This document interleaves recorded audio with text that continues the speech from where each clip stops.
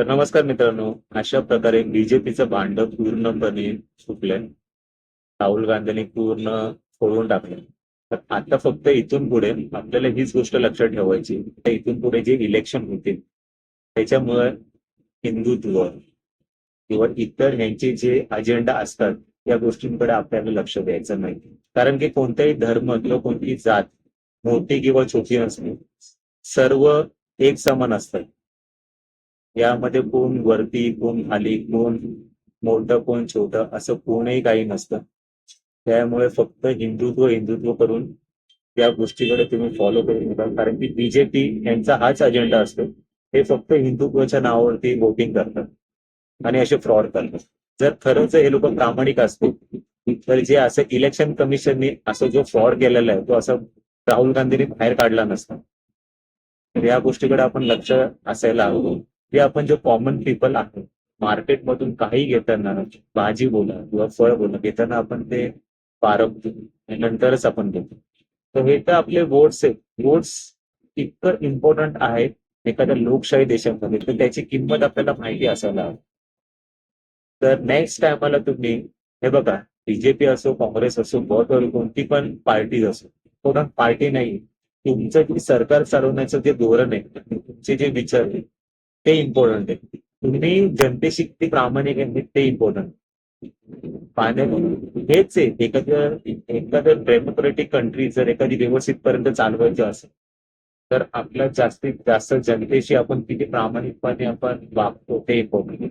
तर आता जर थोडक्यात बघायला गेलं तर काही लोक बोलतात 70 वर्ष काँग्रेसने काय केलं, आम्ही गेल्या 10-15 वर्षात केलं. अरे पण जे 70 इयर्स मध्ये जे काँग्रेसने जरी घोटाळे केले असतील तरी ते घोटाळे तुम्ही 10 ते 15 वर्षामध्ये केले त्या चालू स्थितीने, करंट स्थितीमध्ये बीजेपी.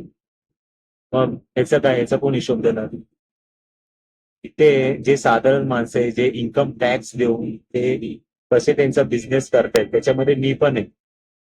कसे बिझनेस करतात ते त्यांचं त्यांना माहिती आहे. आणि हे जे फ्रॉड करतात म्हणजे विजय माल्यासारखे हे जे ठग्स असतात, हे नीरव मोदी सारखे, हे डायरेक्टली इंडियन बँकांना चुना लावून तिकडे पण आणि यांची इन्क्वायरी बसत नाही किंवा इथे त्यांना येऊन त्यांना डायरेक्टली जेलमध्ये त्यांना टाकत नाही तिथून उचलून. का इंडियन गव्हर्नमेंट करू नाही शकत त्यांना डायरेक्टली? तसं तर करूच नाही शकत. आता ते दुसऱ्या देशांमध्ये त्यांना तर त्यांचे पैसे गेले पण असतील. त्याचं काय, त्या गोष्टीवरती तर एक पण बीजेपीच्या नेत्याने अजूनपर्यंत त्यामध्ये वक्तव्य केलेलं नाही की नीरव मोदी तिकडे गेला किंवा ते आणायचंय पकडून आणायचे किंवा विजय मान. हे जे झाले ते फ्रॉडस्टर झाले. तर हेच मला सांगायचं होतं की इथून पुढे जर आपण जर असे गाफील राहिलो, जे येणारा जो काळ असेल तो अतिशय भयानक असेल. जास्त काय नाही होणार. हे जे पॉलिटिशियन आहेत आणि जे मोठमोठे जे गव्हर्नमेंटचे अधिकारी आहेत त्यांच्या बँका एकदम फुल भरलेल्या आहेत. त्यांना काही आपल्याशी घेणं देणं नाही.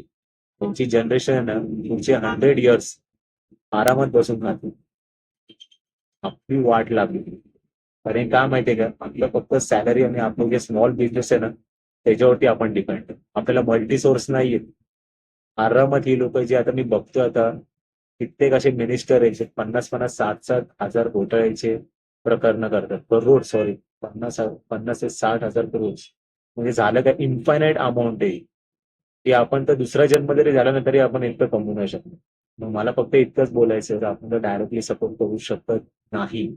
तर आपण इनडायरेक्टली राहुल गांधी सारखे बोला किंवा आता जे युथ साठी जे लढतात असे जे लोक आहेत, फॉर एक्झाम्पल राहुल गांधी सारखे बोला किंवा आपल्या महाराष्ट्रामध्ये उद्धव ठाकरे बोला किंवा राज ठाकरे बोला किंवा आदित्य ठाकरे बोला किंवा अनेक जण आहेत. ते अशा लोकांना आपण सपोर्ट केला पाहिजे. आता ह्यांचं फॅमिली राजकारण वगैरे थोडं साईड लावलं पण ह्यांची जी विचार करण्याची जी पद्धत आहे ती जनतेशी कुठं ना कुठेतरी एकनिष्ठ पद्धतीने करण्याची.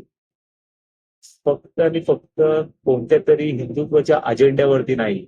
लक्षात असू द्या तिथे पुढे जे काही इलेक्शन होणार, माझं असं एक वैयक्तिक मत आहे, आपण सर्वांनी व्हॉट एव्हर कोणतीही पार्टी असो, तुम्ही मनसेला लाईक करत असाल मनसे इट्स ओके, शिवसेना किंवा व्हॉट एव्हर, इव्हन तुम्हाला म्हणजे इव्हन आता मी बीजेपीच्या खिलाफ नाही आहे. तुम्ही बघा अटल बिहारी वाजपेयी त्या टायमाला तुम्ही प्रमोद महाजन जेव्हा होते त्या टायमाला तुम्ही बीजेपी बघ आणि आत्ताची जी बीजेपी बघ, तसं नाही.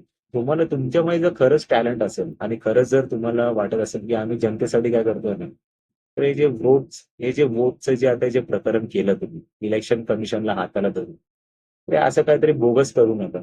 तुमच्या दमवरती आहे ना इलेक्शन लढवा आणि इलेक्शन जिंकून दाखवा. तर मान्य करतो. आणि जे ईव्हीएम वगैरे जे मशीन्स आहे ना, ते बंद करा आणि जे जुन्या मशीन जे जुनी जी सिस्टम फॉलो होती ना, चिठ्ठ्या वगैरे टाकायची ती चालू करा आणि कोणती पार्टी येते ते बघा. खरंच आहे.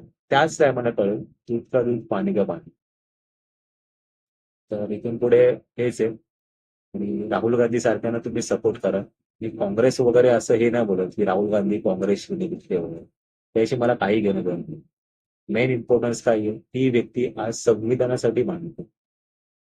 आणि इकडे आपण महाराष्ट्रामध्ये आपले उद्धव ठाकरे बोलला किंवा राज ठाकरे आता मध्ये राज ठाकरेंनी जे जे वक्तव्य केलं होतं ते पण अतिशय योग्य होतं. तर जी व्यक्ती आपल्या प्रांतासाठी किंवा आपल्या लोकांसाठी आणि आपल्या संविधानासाठी जे लोक मांडतायत नाही, तर त्यांना आपल्याला डायरेक्टली जरी सपोर्ट करता नाही आला ना, तरी इनडायरेक्टली तरी सपोर्ट करा. सपोर्ट तुमचा कोणत्याही गोष्टीतून करा. आपल्याकडे सोशल मीडिया सारखे भरपूर प्लॅटफॉर्म आहेत. आता तुम्ही इंस्टाग्रामवरती बघा, आयएनसी म्हणजे इंडियन नॅशनल काँग्रेसचं किंवा शिवसेनेचं बघा तुम्ही. त्यामध्ये जाऊन पण तुम्ही सपोर्ट करू शकता.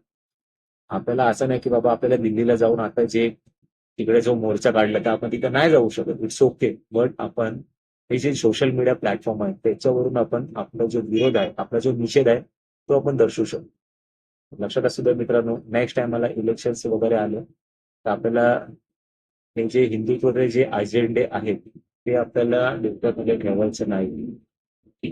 या संविधानाला किंवा आपल्या नेक्स्ट जनरेशनला म्हणजे आपलेच मुलं नेक्स्ट जनरेशनसाठी आपल्याला काय करता येईल ते आपण लक्षात असायला हवं. अरे काय चालतं तिला खरंच मला कळत नाही. म्हणजे ही जी आता बीजेपी आहे जी पॉलिटिशियन पार्टी आहे करंट, अरे यार तुम्ही एकदम सगळं म्हणजे बोलतात ना म्हणजे एकदम नियमांचं पूर्ण उल्लंघन करून कारभार करतात. आता इलेक्शन कमिशनलाच तुम्ही जर खरीदलंय म्हणजे याचा अर्थ विषय संपला ना. म्हणजे तुम्ही डेमोक्रेटिकच्या अंडर तुम्ही पूर्ण हुकुमशाही चालवताय. मला जसं वाटेल तुम्ही तसे वागतं. ते चुकीचं आहे ना, कितपत योग्य आहे. कारण ह्युमॅनिटी थोडीशी जपा. तर काय त्याला म्हणजे अर्थ नाही ना गोष्टीला. सतर्क राहावा, काळजी घ्या. Good bye, take care. जय हिंद.